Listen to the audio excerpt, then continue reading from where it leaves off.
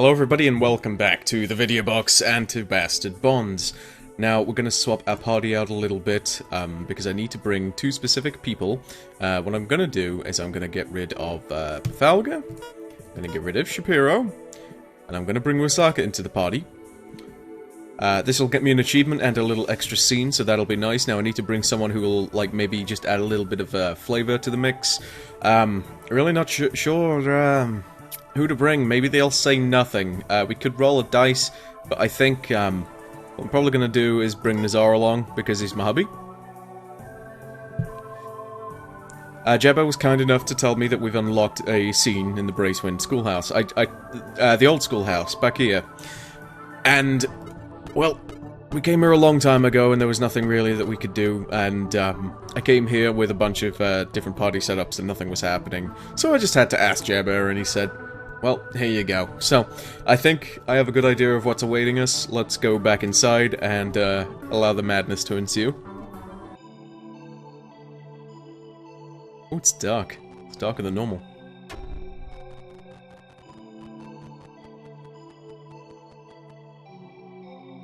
Ah, the building's in good shape. It's a shame it's so small. You think it'll be alright for us tonight? I'm okay with it if you guys are. Wisaka? Oh, sorry, I was distracted. This place really has an interesting sound to it, don't you think? I don't really hear anything, but you hear a lot better than I do, so you're probably right. Anyway, we'll camp here for tonight, but let's not build the fire inside, it'll smoke us out before the morning for sure.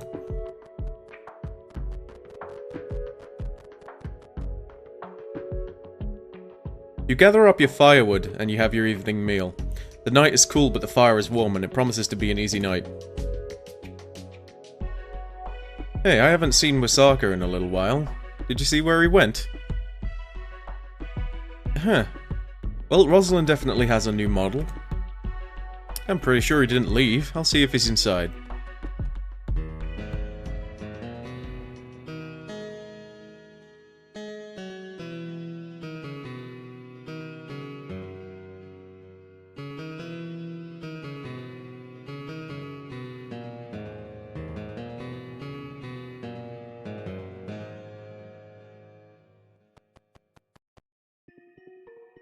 Do you hear it? The timber of this old building's great! That song!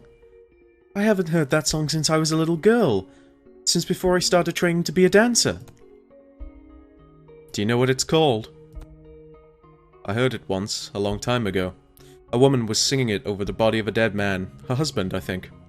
I hadn't properly learned the language at the time, so I couldn't understand the words, but a voice cut through me, and I never forgot it. It's called Sovereign Star. It's a song about remembering home even when you're far away, and about being able to find your way back. Seems somehow fitting that I hear it again in a place like this. Do you want to go home, Rosaline? That's such a simple question. I wish the answer could be that simple. Everybody needs a home, don't they? The poor family that sold me to a dance troupe sure isn't it. The people who raised me to be a killer aren't it either.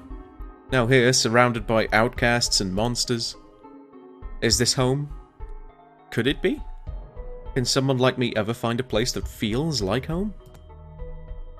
I just have more questions. And no satisfying answers at all. Sorry, Wisaka. For what it's worth, I know how you feel. I'm Gavaudan. Do you know what that means? No, I've never heard the word before. What does it mean? It means I'm a werewolf more than once, basically. Neither of my parents are werewolves, but they were both carriers, so I got a double dose. You've probably seen Grant shapeshifting, right? He's quite good at it. I, however, cannot shapeshift at all. What you see is what you get. So unlike other werewolves, I can't blend in with humans no matter how hard I try. I get to wear nicer clothes, though. Grant can look human enough, but he dresses in rags that he can just tie back on after he explodes out of them. And does Lukat feel like home to you? It's hard to say. No satisfying answer, I suppose. But that's fine. I get moments like these, and I'm happy. Would you play the song again?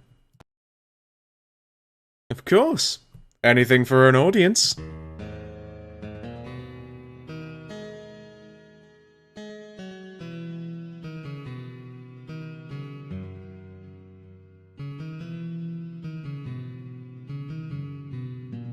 The night is peaceful, and your party rests soundly in the old schoolhouse.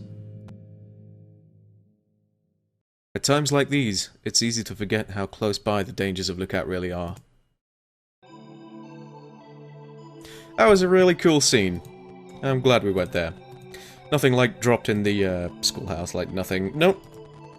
No, that was really cool. That was real swell. So that's what a Gevaudan is. I was wondering what it was. I think that's his like class, so to speak. So essentially, like two werewolves, they bang and then produce offspring that cannot shapeshift one way or the other. Okay, that's cool. Right, let's get Wisaka and Nazar out of the party and go back to what we had before. Although we don't need Rosaline in the party. What we could do is we could swap it round a bit. Maybe give Borgnina some love, or whoever's not max level. Where is Borgnina? She isn't max level, actually, so... you know what? We might as well do that. Get Borfalga and Shapiro in.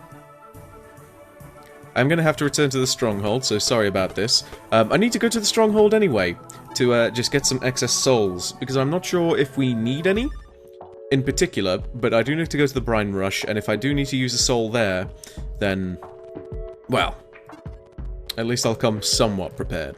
So we can get rid of, like, the small truffle. We have the Vestal's Amulet, which is, like, regeneration of 2, not great. A golden filter at the sandwich, the sandwich should probably go at some point. The Maleficar plate, that's what we want. We don't want her with a goddamn stud brief, and we don't really want her with a plate curious either.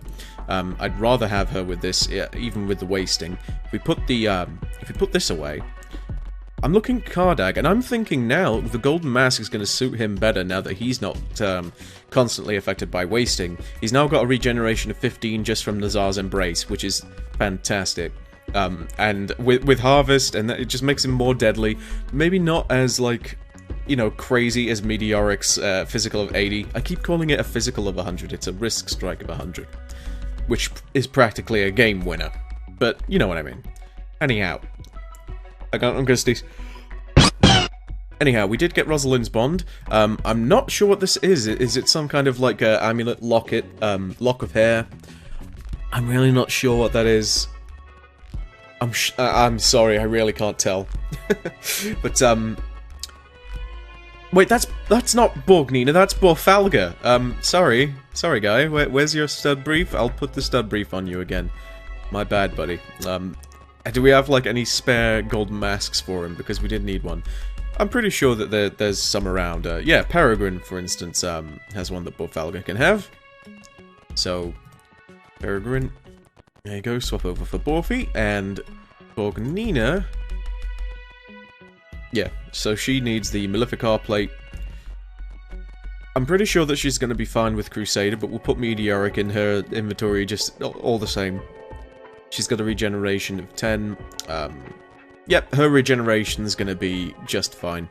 And the Crest Shield with the evasion of 20 is perfectly alright. I'm happy with that. If you guys are, but the souls is the main thing that we need to look at. Now, I'm not really sure exactly what we have and haven't used, so I'm going to bring them all just in case. We have been to the Brine Rush once, however, we didn't find anything there, you know? So, it's either we didn't find anything, or I just kind of, like, glossed over it sort of thing. We don't really have much in the way of inventory space. I'm still going to keep Glamig's Crown in the inventory, and I'm going to get rid of, like, a Bacon Club and a Golden Filter. Actually, like, we can... yeah, we can sacrifice that much. And that'll be it. Back to the Brine Rush. Going in this completely blind. All I know is that I've got to pay a little bit of attention. You see, I think what you're supposed to do is upstream, you're supposed to, like, fail a labor attempt, and then you'll get washed down here, and then, like, you'll end up somewhere around here. It's this place. It's this place, and I can't see any easy way to get to it on the map, except for, Maybe I could come round the long way. Ah, right, okay. So, okay, right, so I could have done this beforehand. So I've been looking around, it says from here you can see that there is an inlet with something peculiar at its end. It looks like the current would carry you directly into it. Yeah, okay. Alright, so we jump in, instead of failing, and there we are, we're right there. Alright, so we're on our own for now. Now let's have a look at this crumbling statue. It has 2 empty chests next to it. There are dead mantis husks clinging to this statue. For whatever reason, they haven't been picked up by birds or other predators. You're reminded of the chunk of slag you are carrying. Ah, so this is where we use the second mantis soul. So we get another scythe. A warm breeze blows through the inlet, and the empty mantis husks dissolve into dust, drifting on the wind. You, stranger, honor us with your offering. In return, we shall teach you to hunt as we hunt. Your prey will know no peace. The wind has moved on, and the inlet is once again still and quiet. This is Charon. Charon, again, is like Harvest. It has a reach of 1. It has a critical of 50, a threat of 40, and a physical of 30, so it's an excellent single-target weapon. I might consider just keeping this and, like, swapping it out with... Oh, man, shit, yeah. Yep, that's really all there is to them. One is immense single-target damage with, like, a bunch of crit damage, higher chance to actually crit via the threat, but the physical damage stays the same. Unfortunately, Blade Circle makes Harvest win out somewhat. So I don't... Ah, okay. Can I not, I think I go to this, promontory. You could jump into the water from here and try to swim to the opposite pier, but the rock you're standing on is far too high to climb back onto. Here we go, Labour, best of 3, there we go. Excellent result. You swim to the pier, and your party makes it back in time to help you out of the water. See, I got my party with me, I got my boys! And we actually got some experience for that. I'm not sure why. Oh yeah, of course, because I got, because we got some experience up for getting a excellent result with the labor check. So, well, so enamored by my swimming was she, like all that distance away, that she leveled up from that shit. Okay, so Bognina's at level 89. I'm really not sure what we should go for. Stealthy is not her. Come on, let's be honest. It's really not her. But give her, like... Let's go for this, and Weave will give her magic bag before long. So, I can finally stop talking about the Brine Rush, and I think that's, we have one more soul weapon. I believe I've just got an abundance of souls that I don't need, so we can go back to the stronghold, put them away, and, I'm gonna check, just in case, like, Shapiro... or anybody. I don't even know if I, like, properly set up my party there. But, we did gain some experience, so I'm wondering if, Shapiro and Bofalga are any closer to being bonded. So let's find Shapiro in all this mess. Sheltered mess, mind you, so I'm happy. There is Bofalga up there, but I think I got Shapiro before Bofalga. So let's talk to him. And we shall put our souls back in place. Was Marauder the sword soul, though? You know what, let's keep the Marauder soul with us, just so that when we do, like, happen across it, we can just put it in. Makes sense, right? I think it doesn't make much sense to carry around Sever with Bofalga anymore, now that he's got Fang, and the Telekine's knife. Telekine? Telekine. It's not that difficult, come on. Okay. Let's leave, and do we get... No, he's not there yet. He is not there yet, so let's go and explore, shall we? We've got private vaults, Devil's Treehouse, Thieves' Hideout? Thieves' Hideout. Well, I'm sure that, like, taking Peregrine to Thieves' Hideout would be a must. We're gonna do that without Borgnina, actually. That's gonna weaken us in terms of tanking, but I'm sure that Kardak can take it. Especially if he stands vaguely in the vicinity of anything.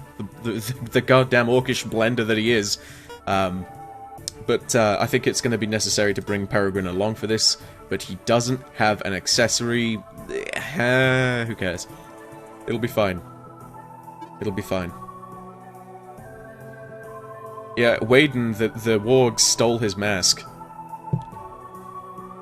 Might be a nimble thief, but you're not getting your mask back from that dog. This old mansion is relatively sheltered by the surrounding terrain, and has escaped much damage. Perhaps it has escaped the notice of looters as well. Fat fucking chance, come on. So here we are at Thieve's Hideout. It looks bigger than I expected it to be, but then again, it's a Thieve's Hideout. You ever played Thief?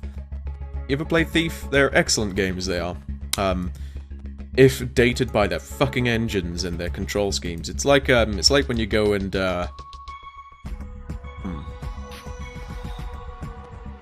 Play with best of 3. Shit. There we go. It's like if you've ever tried to play System Shock 2 or something like that. You have to, like, rebind the keys. You absolutely have to. Otherwise, it just feels like ass. This needs a precious key. We have 14. I'm sure we're going to lose a lot of keys, but even if we do...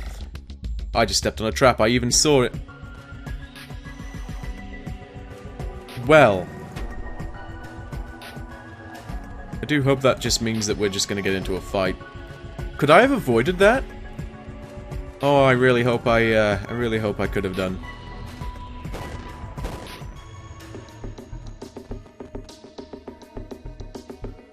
Well, well, I am impressed. You managed to find our little hideaway.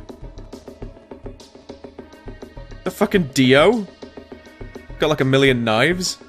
It's not. It's some lady with a kimono and, like, claws.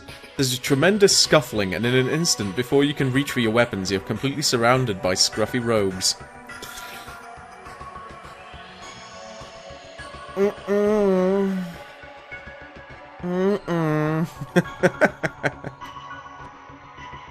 At the head is a woman, strikingly beautiful, but for a severely discolored front tooth.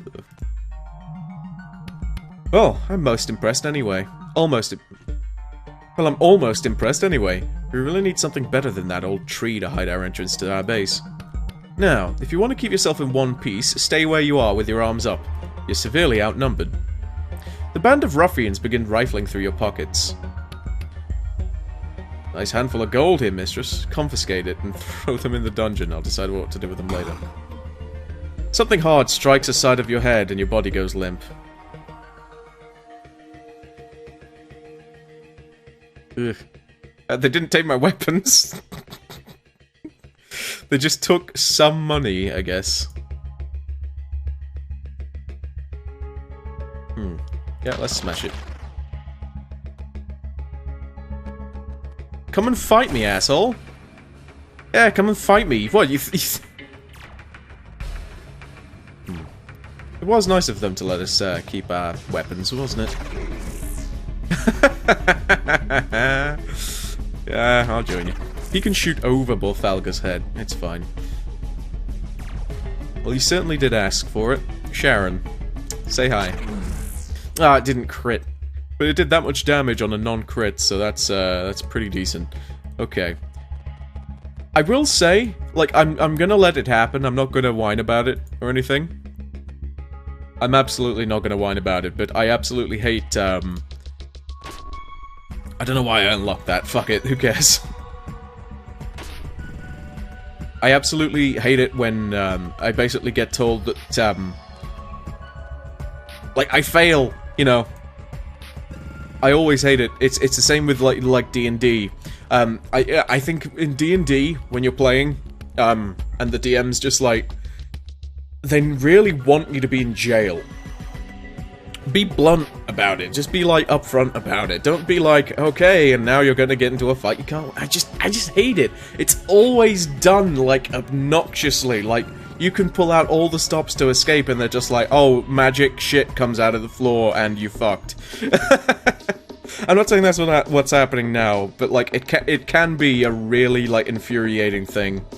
There's a small stack of papers here on the table. You flick through a few shits. You flick through a few shits! I don't know why they were shitting on the table. It's disgusting. There's nothing that jumps out as being important. Next to the papers and the sheds is a slightly rusted copper key. You decide to take it with you. The French sheds have always been celebrated for their excellence. Fucking... oh god. But anyway, World of Warcraft does this to you all the time, right? Anyone who plays World of Warcraft, you will know. You get to a certain level, and you are considered the most powerful being in its existence, and everyone is basically eating the shit from your ass, and fucking, like, just breathing in all the fucking gas you give. Because, like, you're just God to these people, right? You are absolutely, like... you are godlike. You have these artifacts now. And all of these legendary items that put you, like, above anything. Oh. Gonna have to sort this out, aren't I? But, like, you've got all of this gear that, like, elevates you above absolutely everybody in the game. Which, sometimes I really don't appreciate that. But you're kind of fine with it. But then, like, every single plot device is just going on about, like, how, oh, you were too weak to help, oh, you were so helpless and useless, and you fucked everything up. Like, oh, you did so well, but then fucking spiders overwhelmed you and took the fucking MacGuffin that you'd been searching for. And because they've taken that away, like, all of these, you know, all of these people are gonna be fucked if you don't get the stone back. Like, this stone is what's gonna save people's lives, and you fucked it up because you're shit at your job, I guess. I don't know, it's just really disheartening, you know? Oh, I fucking fumbled! That's more disheartening, is, trying to get, like, some fucking shit done with Cardag. Nah, it's okay. Shapiro had it. Cardag, you were useless there. What the fuck came over you? But no, really, I'm alright with it, but the amount of times that it's happened to me in D&D, where people are like, there they are, those are the criminals that have committed crime, Your Honor, says the evil man, twiddling his mustache. And then, like, they'll say, like, drop your arms and come with us quietly. And as soon as you say, like, but we didn't do anything wrong. Well, you asked for it, motherfuckers. And then you have to fight the police. But you don't die, you just end up, like, in prison. And, oh, man, it just annoys me so much. Like, made to lose fights, I should say. Like, made to lose fights, made to lose events. I don't like made to lose anything. I like to be able to go into something, and, if we are supposed to, like, do this whole thing where we get, like, taken away and sent to prison, I like it to be that we are doing it because it's a good idea to do it, like, it's part of the plan. Oh god, it can be, like, if you do it wrong, it can be very obnoxious. If you do it right, then it can be like this, where it's just kind of like, I'll let it happen. Besides which, they only took, like, a bit of our gold. Did they even take our gold? Will we get that gold back? Not that we need it. You know, I'll let it go on vacation.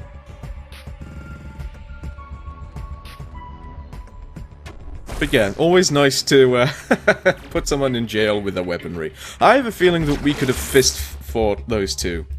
Like, no problem. And then it would have given you, like, a nice little intrigue for those who have telekinesis. And Shapiro has telekinesis. Reminds me of that one, there was that one level on 007 GoldenEye.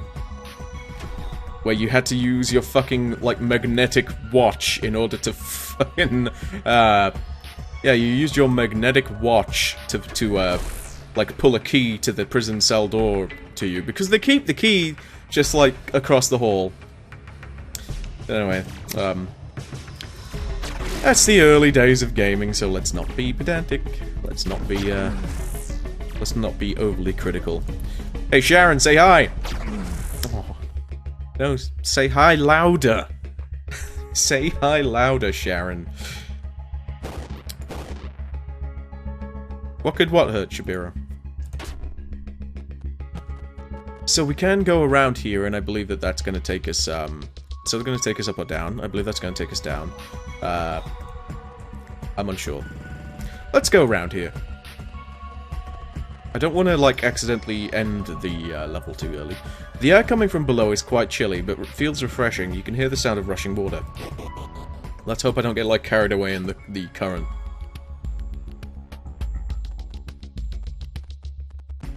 I guess this is a way to escape, but, it's in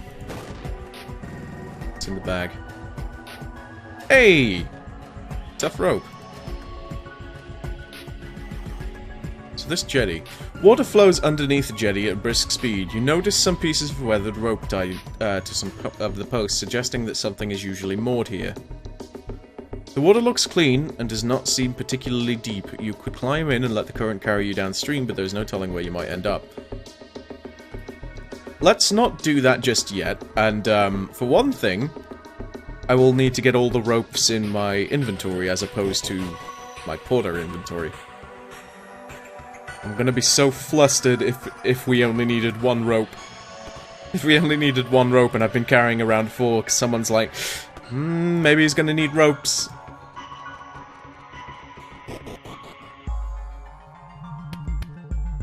You know what, I was gonna mention something, but it's weird, I've forgotten the name of a very basic fairy tale that, like, children should fucking know, you know? The fuck was it?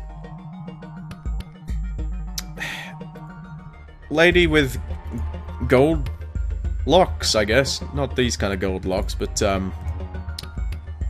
she has long hair. Rapunzel, was it? I don't know, something about long hair and, she fucking lets a man climb up her hair and it rips off her scalp and she bleeds all over the window. And she doesn't die immediately, so she just, like, screams for hours on end, and the prince, or whoever at the bottom is like, oh shit, That's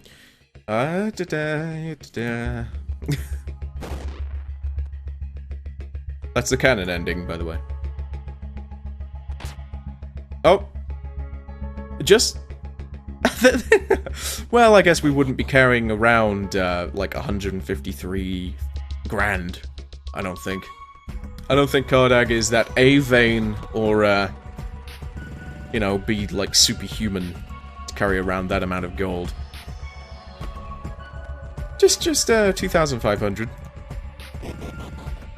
Just in case we get mugged. Alright, so I think it's time. I'm gonna put all of these ropes in our inventory, but I really doubt that we're gonna be, needing them. I'll give one to each, just to make it look nice and clean. Let's get in! You gently lower yourself off the edge and into the water. The water's not very deep, but it's very cold, and the tunnel quickly grows dark as the current pushes you away from the torchlit jetty. After a few turns, the water becomes deeper and the current gentler. You can no longer reach the floor, so you let the water carry you onward. Soon you see a faint light coming up ahead. As you float closer, you see another jetty jutting out into the flow. You grab hold of it as you float closer and haul yourself out of the drink. So, did we need to use the ropes? Maybe it's not this map. You're numb and shivering, but back on solid ground once more. With any luck, a campfire will be forthcoming. We just stay close to these sconces. We're gonna get ambushed or something? Nope, doesn't seem like that. I think that's the Thieves Guild or Thieves Hideout. Yep, that's everything. Isn't it nice, now that we're all max level? We didn't need to bring Peregrine at all for that, unfortunately.